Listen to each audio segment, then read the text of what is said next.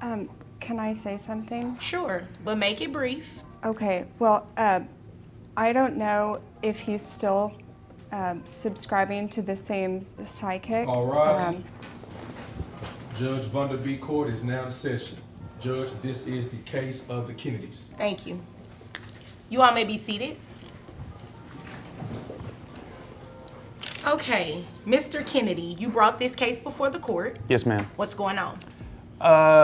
So I'm sharing custody with our 12-year-old daughter now, and I'm just wanting a little more help with finances because as she's getting older, expenses are getting a little higher, and sports, dances, going out hanging with girls, and yeah, I just want a little more help on my end. I'm paying insurance already. And Okay. How much are you paying in insurance? $130. All right. And what is your daughter's name? Autumn. Autumn. Oh, what a beautiful name. Thank you. Autumn. Okay. So what type of expenses does she have that are increasing? Yeah, so she's doing volleyball right now, and we're thinking that she's going to be doing that in high school as well. Okay. So it just, athletic wear and then traveling, going to places. I want to go and support her and as well as her, but I'm the one having to drive and take her if I don't want her to ride the bus because I don't feel her safe doing that. Okay. Is this a school bus or? Yeah, it's a school bus. With her teammates? With her teammates, yes. And you don't feel that she should, No. ride with her teammates?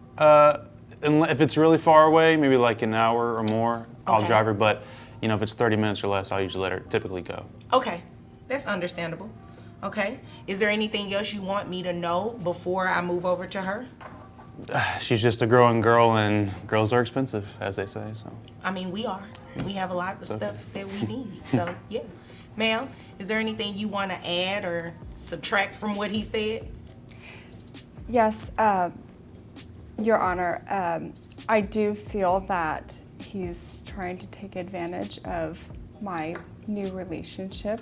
Okay. Tell me about this new relationship. Well, I can't really help who I have fallen in love with. So my new husband is a fantastic provider. However, I do get an allowance, and it isn't as much as you would think coming from, well, my husband's a CEO of an energy company, so you would expect a huge allowance, but obviously he has to protect all of his hard-earned income. What type of allowance do you receive? About $500 a week. $500 a week. Okay. All right. So, which really isn't that big a deal. I mean, obviously. That big a deal in terms of the amount of money, or? I honestly didn't expect this to turn into a conversation about her allowance from her new husband. Like $500 a week, and she still acted like it wasn't much. That moment gave me chills. Not because of the money, but how disconnected she seemed from the real issue, their daughter. It felt like she was more focused on defending her lifestyle than being accountable as a mom. And when she brought up how much her husband's car cost, I just sat there thinking, is this really where your head is right now? It was wild how the judge had to remind her. None of that wealth is about her obligation to her child. You paying child support for more in child support for the child living with him and having increased expense. Well, I don't think it's that big a deal to Mr. Kennedy because he has a pretty healthy income himself. But you do understand his income does not have anything to do with an increase in what you should be paying in child support, right? Yes, I understand that, but what I Okay. don't think has been considered yet is the fact that I set aside furthering my education, though I wanted to pursue that so that he could go get his MIS degree and then a master's in something. So I'm not sure that it's fair. I would like to consider all the money that wasn't spent on me that should have been spent on me while we were married. Okay, yeah, no, that's not how this works.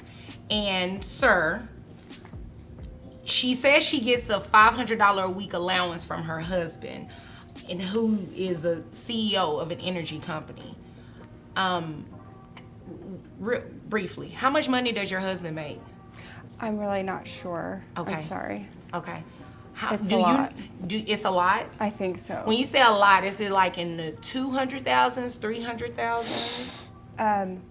Well, the car that he drives was about 200,000. So I'm thinking you'd probably have to You make only more get a than that. $500 a week. You know what? That's not my business. That's not the reason I'm here.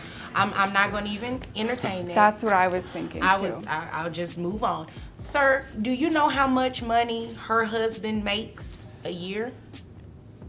I don't, but he's the Steve Jobs of the town of energy, Jobs. so to say. So let me ask you this. Are you expecting her child support to be based on his Steve Jobs?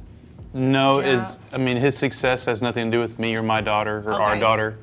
And like I said, I just want a little more help because she's Okay. getting older. And, if she's happily married with whoever and how big his wallet is, that is totally up to her. Okay, well, I'm glad that's not what you were doing because you can't do that anyway. But what we can do, ma'am, is make you pay more in child support because at this point you've been paying zero. Because from what I see, you're a stay-at-home mom, which is absolutely okay. But you do understand that your child has increased expenses, correct?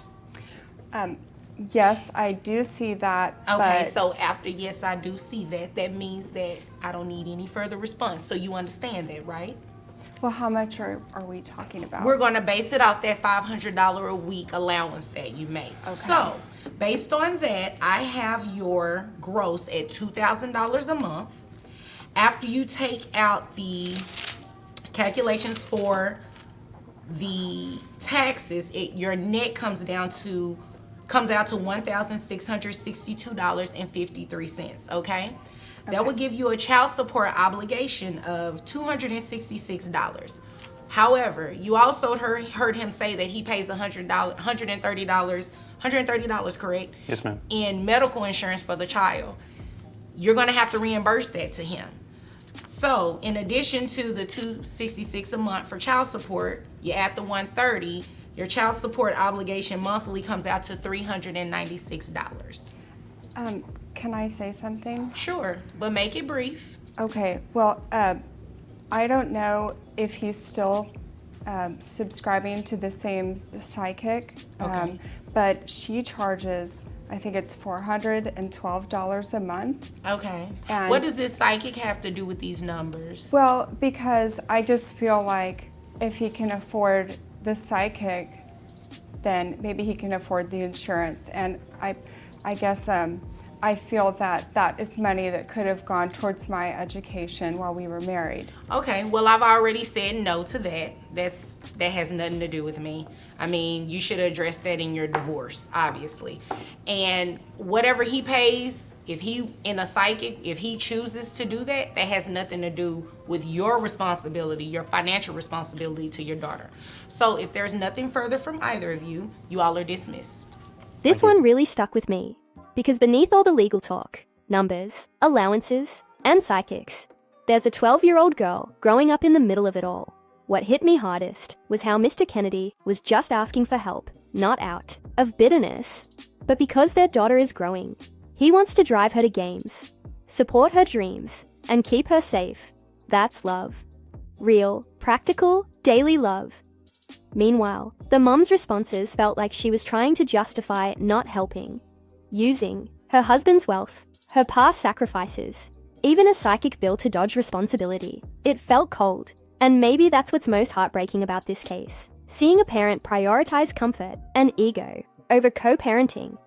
I kept wondering how Autumn, their daughter, would feel watching this. Would she feel seen, supported, or like she's just a financial burden no one wants to carry? This wasn't just a courtroom debate. It was a moment where the truth about priorities came out. Judge Vonda didn't shame anyone, but she did hold the mother accountable in the most firm and fair way. And honestly, that was powerful to watch. If your child's needs were growing, but your ex was financially comfortable, would you still push for more support, or just handle it yourself?